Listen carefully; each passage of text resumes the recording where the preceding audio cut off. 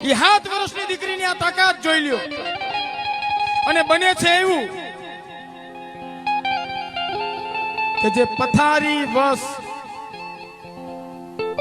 વસ જે એનો બાપ હતો, એ બાપ પણ એનો હયાત નથી રહેતો. હવે ઘટનાને તમે સમજો કે એક તો માં કમાવતી માય વહી ગઈ છે, બાપે વયો ગયો છે, 2 નાના સંતાન છે, 7 વર્ષની દીકરી છે અને મામાની ઘેરે રહેવા માટે જાય છે. મામાની ઘેરે ગઈ એટલે મામાનું ઘરનું કામ એટલું કરે છે કે મામાને એનો બોજ ન લાગે. બધુંય ઘરનું કામ કરી દે, બધુંય ઘરનું કામ કરી દે. એ 7 વર્ષથી પછી 8 વર્ષની થઈ, 9 વર્ષની થઈ, તા તો એના લગ્નની વાતો થવા માંડી. લગ્નની વાતો 9 વર્ષની દીકરીને શું ખબર પડે લગ્ન કેને કહેવાય? પણ એને એટલી ખબર હતી કે લગ્ન થાય તો નવા કપડા મળે, દાગીના મળે, બસ એટલી જ ખબર હતી. બીજી એને કોઈ ખબર નથી. 9 વર્ષની દીકરીને બીજી કોઈ ખબર નથી. સાંભળજો તમામ માતાઓ, કાન દઈને આ ઘટનાને સાંભળો. હવે ઈના લગ્ન થયા એવા માણસ હારે લગ્ન થાય છે કે આખો સમાજને સમર્પિત છે. સમાજ જ એના માટે, ઘરે નહીં, પરિવારે નહીં, સમાજ, બીજી કોઈ વાત જ નહીં. જે દીકરીએ પોતાની માને મરતા જોઈ, બાપને મરતા જોયો, પછી એને નક્કી કર્યું કે મારા લગ્ન થશે, પછી હારો દી આવશે. તા તો એવું બને છે કે લગ્ન એવા પાત્ર હારે થાય છે જે આખું જીવન એનું સમાજ સેવામાં જ જાય છે. લગ્ન પછી 2 સંતાનના જન્મ થાય છે. એકનું નામ રમેશ આપે છે, બીજીનું નામ ઇન્દુ આપે છે. સાંભળજો તમામ આ ઘટનાને, સાંભળો આપ. લગ્ન થયા એટલે એને એવું થયું કે હવે મારા સુખના દિવસો આવશે. તા તો એનો પતિ વિદેશમાં ભણવા વયો જાય છે.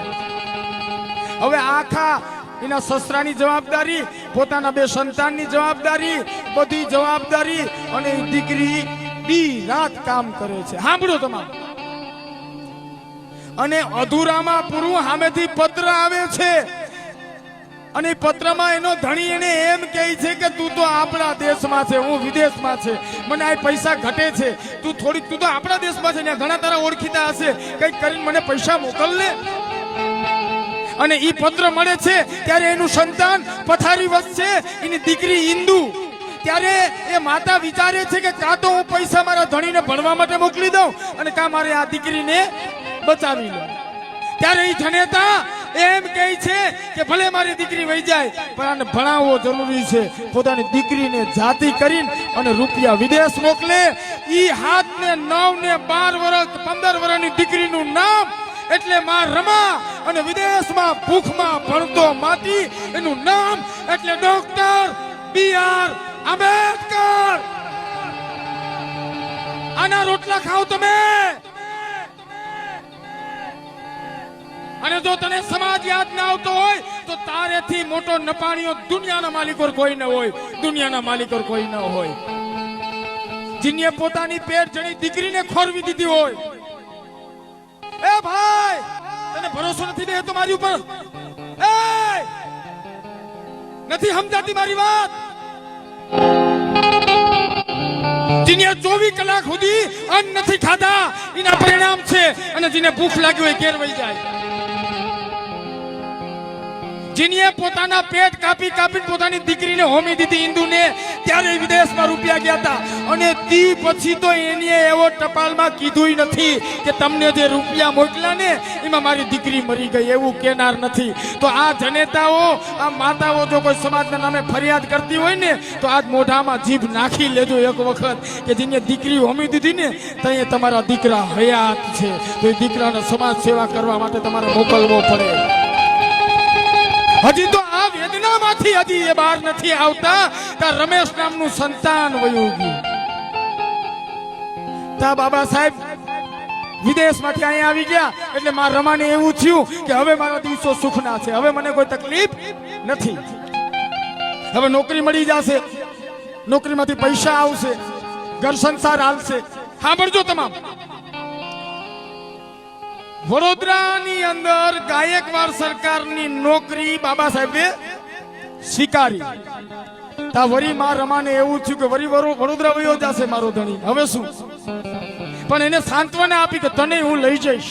એટલે હરખમાં આવી ગઈ માં રમા કે મારો ધણી નોકરી કરશે, રૂપિયા આવશે, ઘર હાલશે.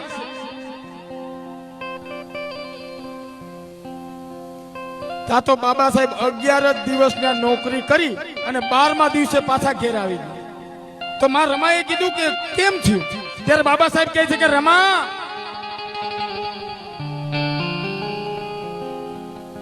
ન્યા હું ઓફિસની અંદર ગયો ને તો હું જે પગલા માંડ્યા ની જાજમી લોકોએ વારી લીધું. મને મારો પટાવાળો ફાઇલ છે ને આમ ઘા કરીને દે છે. મને પાણી પીવા માટે ઉઠીને જવું પડે છે. આ લોકો મને ચા પણ નથી પાતા. આવી જિંદગી મારથી નહીં જીવાય ત્યાં. અને તેથી શક્તિ એને કહે છે કે બાબા સાહેબ હું 2 ટક રોટલા નહીં ખાઉં, અડધાનો અડધો રોટલો ખાઈશ અને ઈ પણ નહીં મળે તો હું પાણી પી લે, બાકી સ્વાભિમાન હારે છેડા નહીં થવા દઉં. સ્વાભિમાન હારે છેડા નહીં થવા દઉં. સ્વાભિમાન હારે છેડા નહીં થવા દઉં. આ માં રમા બોલી છે, હું નથી કેતો, માં રમા બોલી છે. સાંભળજો હજી આગળ. પછી તો બાબા સાહેબે ન્યા વકીલાત શરૂ કરી દીધી. થોડા ઘણા પૈસા આવવાના થયા, બધું સારું હતું. ત્યારે રાજ રત્ન નામનું સંતાન બાબા સાહેબનું અને ગંગાધર, આ 2 સંતાન. સાંભળજો તમામ આ ઘટનાને, તમે આ સાક્ષી બનીને સાંભળજો. આ 2 સંતાનો ભારતની અંદર હતા ત્યારે બાબા સાહેબ ભારતની અંદર જ હતા. ગંગાધર જ્યારે દેહ ત્યાગ કર્યો ત્યારે બાબા સાહેબની બાજુમાં જ ઉભા હતા. ગામના લોકોએ ભેગા થઈને કીધું કે હવે કેટલી વાર છે, કેટલી વાર છે. એટલે બાબા સાહેબે ઊંચું ઉપાડીને માં રમા સામું જોયું. કેમ કે કફન તો ઓઢાડવું ને, ખાપણ તો ઓઢાડવું ને. માં રમા સામું જોયું, વરી શાંત પડી ગયા. વરી ગામના લોકો કહે છે કેટલી વાર છે, કેટલી વાર છે. વરી બાબા સાહેબ માં રમા સામું જોયું અને બાબા સાહેબની આંખો કદાચ ને માં રમા વાંચી ગઈ હોય. ઘરમાં ગઈ, ધોરો હાડલો લીધો, 2 કટકા કર્યા અને ગંગાધરને ઓઢાડ્યું અને મોકલો. તેથી ગામના લોકોએ કીધું કે માં રમા છે શું આ હાડી ઓઢાડે છે? તેથી માં રમા બોલી કે એને આમાં જ હોવાની ટેવ છે, એને આમાં જ નીંદર આવે છે, એને આમાં. ત્યારે બાબા સાહેબ વિદેશથી આવ્યા, તમામ લોકો મળવા માટે જાય છે. માં રમા નથી જતા કે મારે એને હારું તો દેખાવું ને. તેથી સાહુજી મહારાજ કોલ્હાપુરના ધણીવેજી સાફો બાબા સાહેબને આપ્યો હતો ને, સાફો. ઈ સાફો ઓઢીને માં રમા આવી. ઈ સાફાને કારણે આ 10,000 ની હાડીઓ ઓઢો તમે. ઈ સાફાને કારણે, બાકી ઓકાત કે તાકાત તારી નહોતી. હવે ઈથી આગળ ઘટના સાંભળો. બાબા સાહેબને બહુ પ્રિય સંતાનનું નામ રાજરત્ન. બાબા સાહેબ થાકા પાકા આવે, રાજરત્નને ઉપાડે, ખોરામાં બેહાડે એટલે એનો થાક ઉતરી જતો. બાબા સાહેબ બરોબર કોર્ટમાં હતા ને સમાચાર મળ્યા કે રાજરત્ન નામનું સંતાન તમારા ઊંડા ઊંડા શ્વાસ લે છે. બાબા સાહેબ ત્યાં આવીને જોયું, જાણે કે રાજરત્ન બાબા સાહેબની રાહત જોતો હોય. 2 ને 2 4 આંખો ભેગી થઈ અને રાજરત્ન નો જીવ ખોડિયામાંથી નીકળી ગયો. આ એક જ એવી ઘટના છે કે ત્યારે માં રમા બાબા સાહેબ સામું બોલ્યા. એક જ ઘટના એવી છે કે બોલ્યા અને બાબા સાહેબને કીધું કે બાબા સાહેબ, જ્યારથી તમને વરીને આવી છું મેં એક દિવસ સુખનો જોયો નથી. દુઃખ દુઃખ મેં મારા પેટ જણા દીકરાઓના અર્થીઓ ઉપાડી ઉપાડીને હું થાકી ગઈ છું. હવે મારથી નહીં જીવાય. તમે એમ કહેતા હતા કે રાજરત્નને તમે આ દેશનો મોટો નેતા બનાવશો, તમે શાસક બનાવશો. આ રાજરત્ન જ ન રહ્યો, હવે તમે કેને રાજા બનાવશો? બાબા સાહેબ કેને આમ આક્રંદ કરીને માં રોય છે. અને તેથી બાબા સાહેબનો એક હાથ રાજરત્નના મૃત શરીર ઉપર છે અને બીજો હાથ માં રમા ઉપર છે. અને તેથી બાબા સાહેબ કહે છે,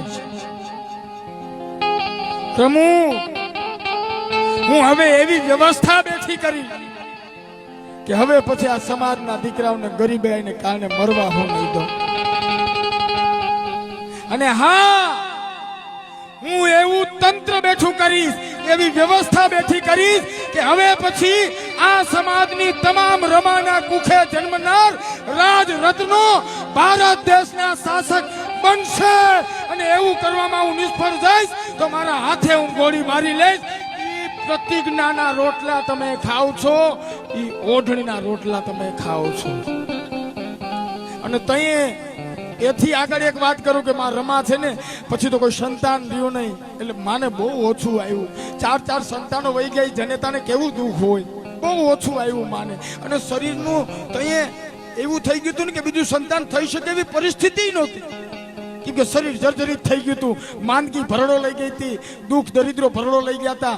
એમાં કોઈક રમા માને કીધું કે તમે આ ડેલી જાઓ ને તો તમારા દુઃખ ભાંગી જાય.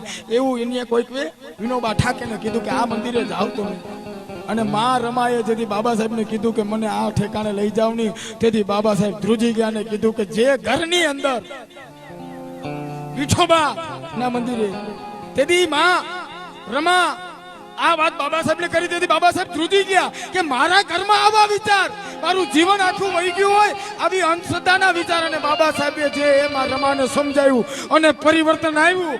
અને માં રમાએ એવો વિચાર કર્યો કે હારું કર્યું તમે મને સમજાવ્યું, બાકી આ કલંક કાયમને માટે મારા કપારમાં લખાઈ જાય, કલંક કાયમને માટે મારા કપારમાં લખાઈ જાય. એક હોસ્ટેલની અંદર માં રમા અને મૂકીને બાબા સાહેબ વિદેશની સભાઓમાં હતા. એ સમયે હોસ્ટેલમાં 3 દિવસ થયા ને પછી માં રમા એના રસોડાની અંદર આટો મારવા ગઈ ને તો ત્યાં ઘઉં નહોતા, ચોખા નહોતા, ખાવા કઈ હતું નહીં. એટલે માં રમાએ કીધું કે આ છોકરા 3 દીથી ભૂખા છે, કેમ કઈ નથી? તો કે શું કરું માં, ગ્રાન્ટ નથી આવી.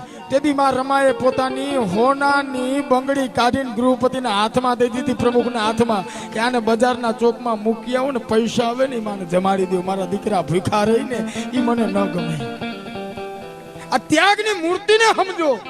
અને પછી જ્યારે માં રમા હોસ્ટેલ થી જતા હતા ને તેથી માં રમાએ એને પ્રમુખને એવું કીધું કે હવે એ બંગડીને પાછી ન લઈ આવતા, એને ખારી નાખજો, એને વેચી નાખજો, અને એનાથી રૂપિયા આવે ને એ મારા દીકરાઓને સારી સુવિધા મળી રહે ને એવી વ્યવસ્થા કરજો.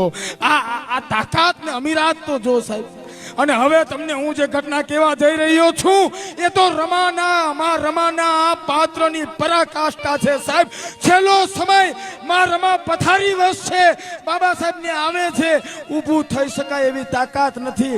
માં રમાનો હાથ હાથમાં છે અને ધીમી ધીમી કીકીઓ મંડી ઝીણી થવા, આંખો મંડી બંધ થવા, શ્વાસ મંડ્યા રૂંધાવા, ઉપર ઉપર આઠે ઘડીક આવ્યો જીવ ગયો, જીવને જમને મંડો વાદ થવા, તારવે જીવ ચોટી ગયો. હે રમા બેઠી નથી થતી, હે રમા રમા રમા રમા રમા રમા.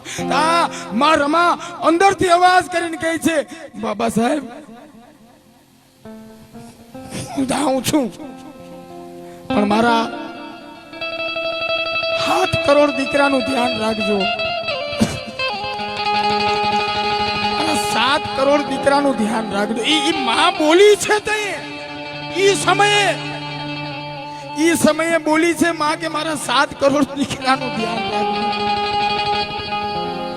અને એના રોટલા ખાતા ખાતા તને તારો સ્વાર્થ યાદ આવતો હોય, તને સમાજને છેતરવાની વૃત્તિઓ યાદ આવતી હોય, એટલા બલિદાન પછી તારા દીકરામાં સક્ષમતા આવી હોય અને તને તારા પૈસા વાળા લાગતા હોય તો તારેથી મોટો કપાતરના પેટનું જગતના ચોકમાં બીજો કોઈ ન હોય, જગતના ચોકમાં બીજો કોઈ ન હોય.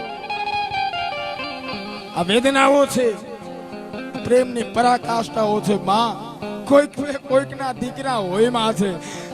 બીર ચામુંડા હતો ને, બીર ચામુંડા ઈને જેલની અંદર મરી ગયો ત્યારે એની છેલ્લી શરત હતી કે હું મને દફનાવો ને તો મારા પગને બહાર રાખજો. હે કે મારા પગને બહાર રાખજો, કદાચ ને હું મરી જાઉં ને મને દફનાવો તો. કારણ કે લોકોને ખબર પડે કે બીર ચામુંડા હજી થાક્યો